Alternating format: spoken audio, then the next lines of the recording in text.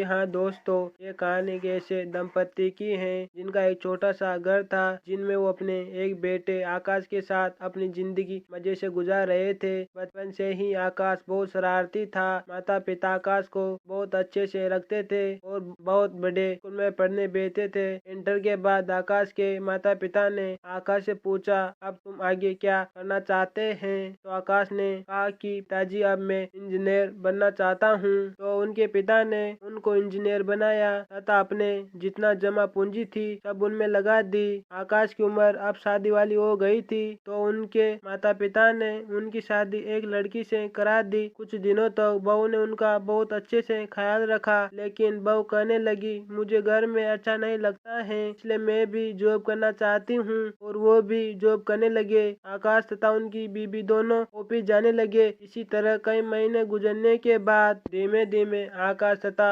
उनकी बीबी के तेवर बदलने लगे और वो अपने माता पिता से ठीक से बात भी नहीं करते थे। आकाश व उनकी बीबी दोनों सुबह देर से उठते थे, जिस वजह से वो अपने माता पिता को सुबह की चाय भी नहीं देते थे। बेचारे वो लोग भूखे प्यासे बैठे रहते थे। ये लोग तैयार होकर ऑफिस निकल जाते थे और नाश्ता बाहर ही करते थे। एक दिन आकाश की माँ ने जब उनसे कहा कि बेटा बहू से कहो जल्दी घर आया करे और सुबह जल्दी उठा करे, हम लोगों को खाने पीने की बहुत दिक्कत हो रही है। तो आकाश ने कहा, माँ, हम लोगों का लाइफ स्टाइल अलग है और हम लोग देर तक ऑफिस में काम करते हैं, इसलिए सुबह जल्दी उठना मुश्किल है। आप ही चाय बनाकर पी लिया करो। आकाश की माँ अब काफी बूढ़ी हो चुकी थी और उनके पिता के पैर भी खराब हैं, जिनसे वो ज्यादातर समय बिस्तर पर ही बिताते हैं। बेचारी बूढ़ी माँ से जितना होता था वो करती। एक दिन आकाश और उनकी पत्नी रात को 12 बजे घर आए तो की माँ ने कहा, बेटा इतनी रात में मत आया करो। तो उनके बेटे ने और बहू ने कहा कि बहुत हो गया ये सब रोज की, हाय हाय, अब हम दोनों यहाँ कभी नहीं रहेंगे। अब हम लोग एक नया मकान ढूंढ लेंगे और वहीं शिफ्ट हो जाएंगे। माँ और बाप यह सुनने आश्चर्य हो गए और रोने लगे। माता पिता ने आकाश को रोकने की बहुत कोशिश की, लेकिन आकाश नहीं माना। वो अपनी पत्नी को लेकर नए मकान में शिफ्ट हो गया। वो कभी भी अपने माता पिता से मिलने नहीं जाता था, न ही उनको फोन करता था। वहाँ पर उनके माता पिता अकेले ही घर में पड़े रहते थे।